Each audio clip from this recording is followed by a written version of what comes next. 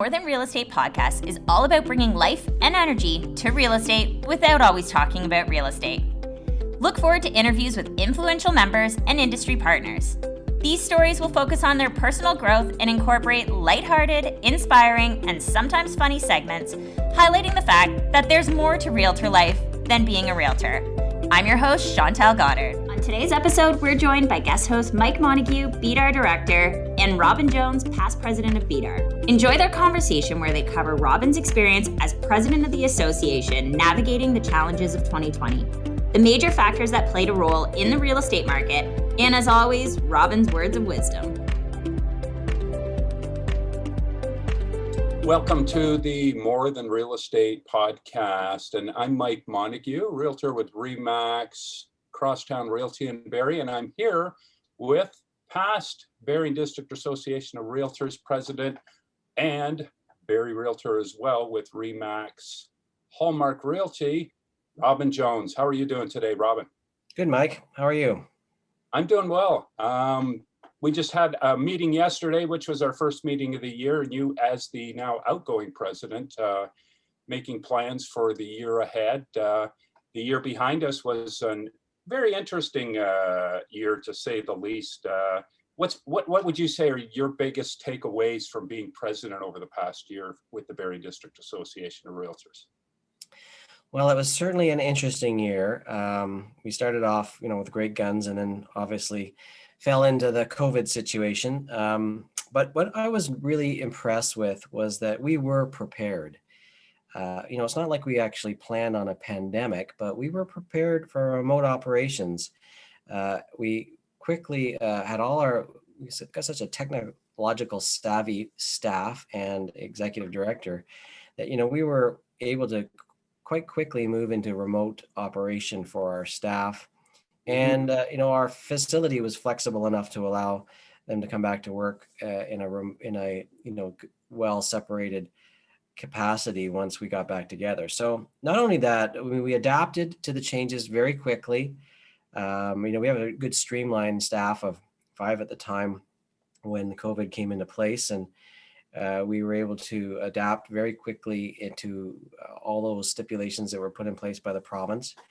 And then we actually thrived. We had a lot of plans for a lot of events, and we didn't sit back, moping about that. We went quickly to online webinars, and we took webinars from other locations to make sure our members had lots of opportunity. We engaged them with COVID protocols significantly. It was an opportunity for our members to be part of all that, and in the end, we thrived. I think we were able to accomplish some goals from a governance perspective. We rewrote our bylaws, and which was a huge undertaking that had been ongoing for the better part of a year and a half, and really realigned ourselves with ITSO, and then of course implementing ITSO and going full force in August was huge. We accomplished a lot. So. Looking back, so for everybody, for those who may not know, been too busy in 2020 to see what the board was doing there. Quick definition of what ITSO is for everybody.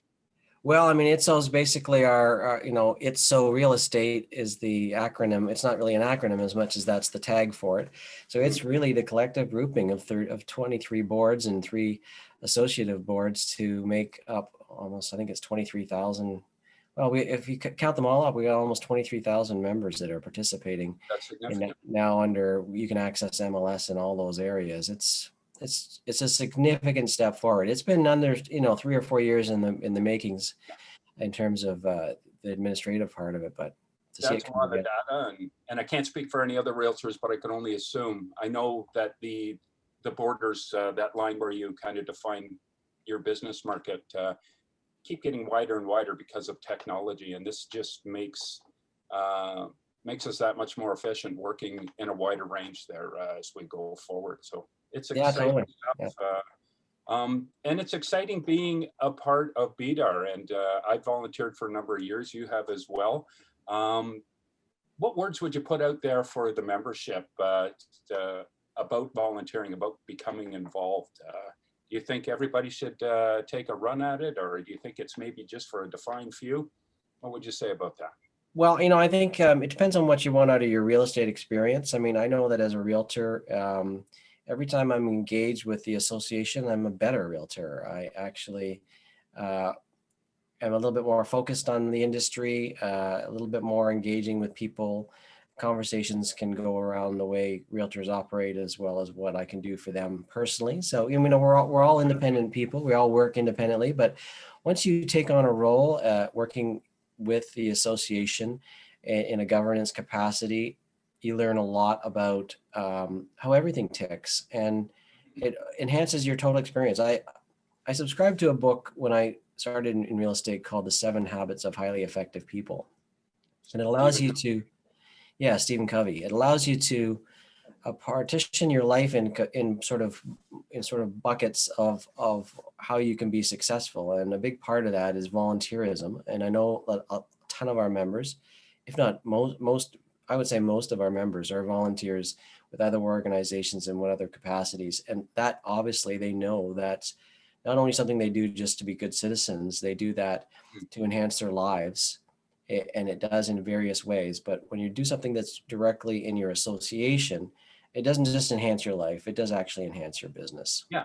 And I think one of the biggest obstacles when people are weighing whether to do it or not is it's going to be a big distraction. It's going to take away a lot of my time from where I need to be focused. And I can say personally, I've found it's a few hours a month, sometimes every other month. And it's not, you work around it. And for those few hours, you come away enlightened. You get to see how the sausage is made, and you get to participate in forming and shaping, the industry that you work in. It's really gratifying, I would say. Yeah, it does. And it comes with a lot of education. And a lot of the time people will say, oh, I can't afford it. Well, the reality is, I've got to say that anytime I've ever taken any education course, it almost invariably within the next 3 months, I'm able to spit that out to a client and put together a deal that I wouldn't have been able to do before. And even just talking about governance, the relationship of realtors in the province, as you and I do with the political action aspect of it, and having an understanding of what realtors do as in general for the public, and being able to convey that to our clients, builds up respect for realtors and yourself. So it's a good opportunity for you to be able to understand the industry better, convey that message to the public, and ultimately, I don't know, it makes you a little bit more proud of doing what you do. Yeah, for sure. And with that added understanding and even additional understanding when talking to you, being an appraiser as well as a realtor, looking back at 2020 when when COVID was on the lips of everybody, first came into being. There's my phone, busy realtor. You got the old ring type, do you? You got that old rotary phone, Mike? You're dating yourself now. I just hung up on them, and what'll likely happen is they're going to call another realtor and list that $2 million house with them. Didn't answer right away, but that's the nature of the beast. But yeah, getting back to that, early in the year when this was news and COVID first landed on our shores and we were starting to take precautions, a lot of the media was saying, oh, this is going to crash and kill the real estate market. And I think a lot of us ourselves thought, we didn't know what was going to happen. Is this going to hurt? Is this going to cause prices to drop or whatever? But what we have seen is buyer activity continued, if not a little bit busier than maybe anticipated. The inventory levels were a little bit lower, but values were, held steady and increased in many areas of the market and types of product. What are your thoughts on that? On prices? On what happened in 2020 and where you might see us going in the year ahead, price wise? Well, I mean, really to sum it up, it was very, very different. There's no, in every capacity, when you hear from our leaders in every part of the province, in every industry, it was so different. There was just really no boilerplate or historical reference to actually draw inference from. So when we look at this marketplace, we were surprised. We did what we were told to do in April. We all stayed at home. The market slowed. And of course, the press kind of picked up, thought it was going to crash. Some people thought it was going to crash. We started to see some bargain hunters out there, but really what it did was it pented up demand. And then we had a change. There is actually a fundamental change in the way people look at housing that occurred when they realized that their house wasn't just a place they put their head down and go to sleep. It's their castle. It's their home. It's the home that they go to socialize, raise their kids, teach their kids. It's an office. It's an education facility.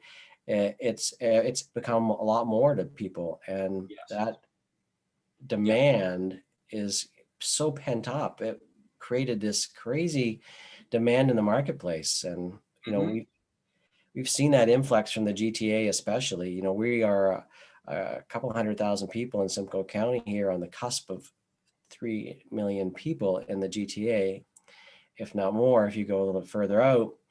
And when the influx of, 50% of the 60% of the buyers coming from that area, prepared to spend more money than some of our local people and driving those prices up, the lack of supply, because the people that lived here didn't want to move either.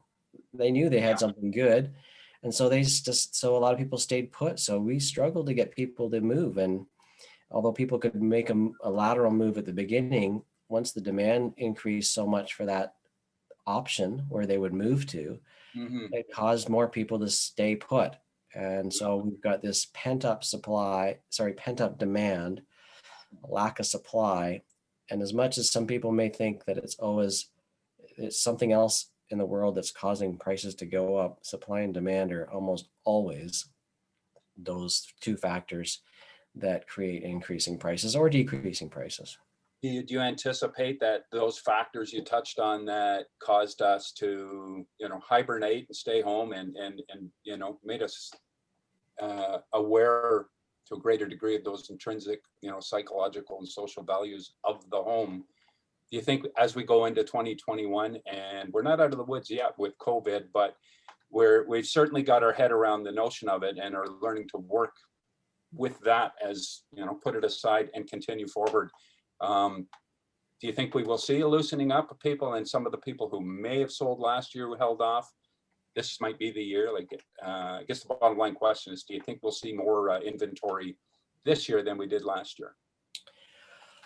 Well, there's going to be a level of speculation. People are, already you see some projections in terms of every day things change. So you see speculations in terms of how quickly we'll be inoculated, how quickly we'll get that vaccine. And then that there's going to be everyone sort of maybe sitting on the edge of their seat. There's going to be a point in time when, all right, everyone feels comfortable to list and sell and move and socialize, and we're going to go back to normal. And then everyone's going to list and try to capitalize on these high prices because they think that 3 months down the road, there might be a settling of prices and they'll be able to jump back in the market and buy.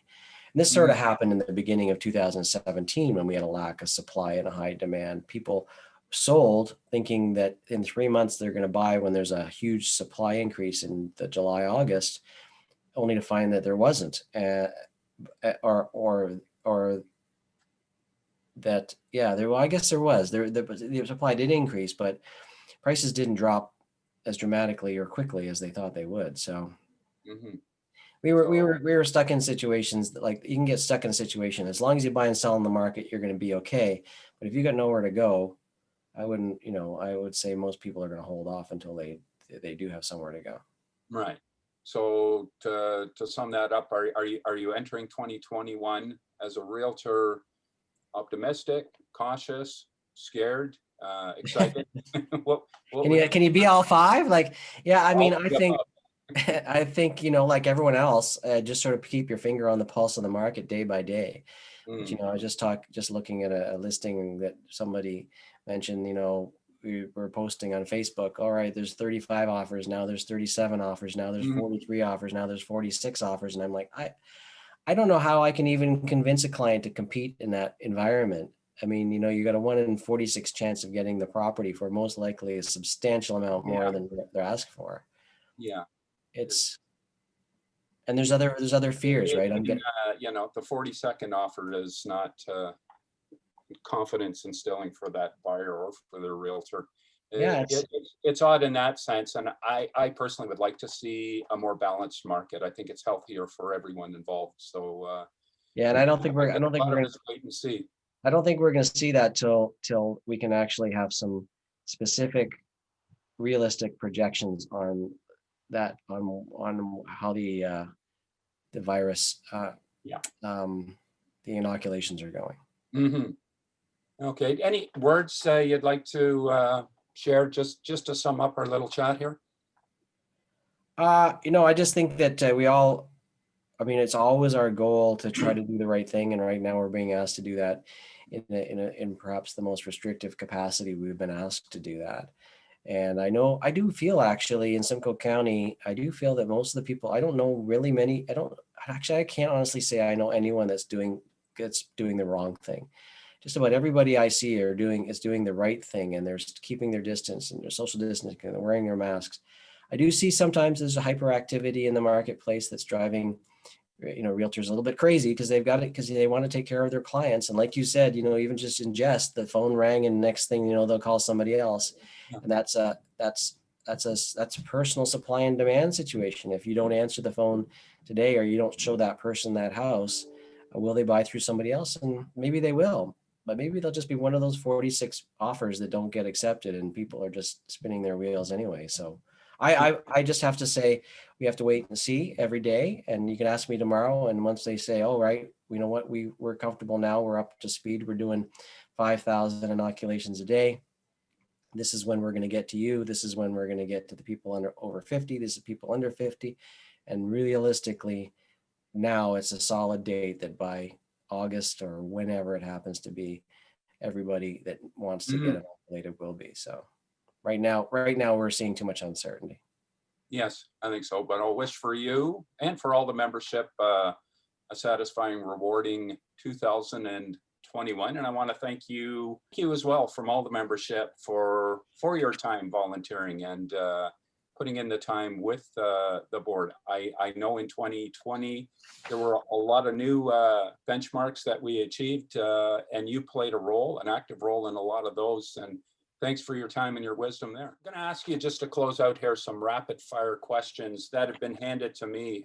So I'm not responsible for these ones, but first question being, what's the best golf course you have ever played on? Well, actually, I would say Firecliff. It's a Desert Willow Golf Resort in Palm Springs. It's something else to see a golf course cut out of the desert, and so that would be my favorite. Yeah, and you know of what you speak because you're one of the few people I know who can find stray Titleists in their garden on a regular basis. Yeah, that's right, and that's a good thing. That's where extra money. Better in the garden than through the window, though, I suppose. What's your favorite winter activity? Hands down, it's skiing. I've been a downhill skier most of my life. Missing it right now with the ski hills closed, but understandable. And but so in the meantime, I snowshoe, and I love to snowshoe and get out and then take some good deep breaths of fresh air. Mm-hmm. Here's a question that thankfully gets harder and harder to answer each year because there's more and more of them coming. What's your favorite local restaurant? Well, I like to cater to a lot of the restaurants. I tend to be a bit of a downtown person, but so I like to go to the Queens. We'd like to go to the Queens for a good meal and some dancing, so that's always fun. Mm-hmm. And right now with when we're doing our takeout, we like to do TJ's Curry in a Hurry. That's one of our favorites. I think you like that too, Mike. Yep. And final question here is, what does being more than a realtor mean to you? Well, I think, again, like I say, that in order to be a realtor, it's to be well-rounded. I think that's the key really to life, is to have some balance. And, you can be more than a realtor in the sense that you're a volunteer, you're a husband, a wife, a father, a friend, in any capacity. There's so many things you can be that are just where real estate's part of it. But I think that you'll find that, the best realtors are those that are participants in the multitude of things that make you a well-rounded individual, just like any other profession. Mm-hmm. Locally, being a member of BDAR, and emphasizing local has been a big part of what I do. This is a big province. There's lots of places you could work, but being local and having an intrinsic knowledge of the local marketplace makes you the best you can be. Very good words to close out on. And I want to thank you, Robin, for taking a few moments this morning here to chat. And thank you as well. A big thanks for your time and your dedication to the Bering District Association of Realtors. Your wisdom and input has been greatly appreciated. Made a great difference. Well, it's been my pleasure. Thanks, Mike. Thank you. Thanks for listening. To hear our other episodes, be sure to subscribe, and we would love it if you could leave us a review.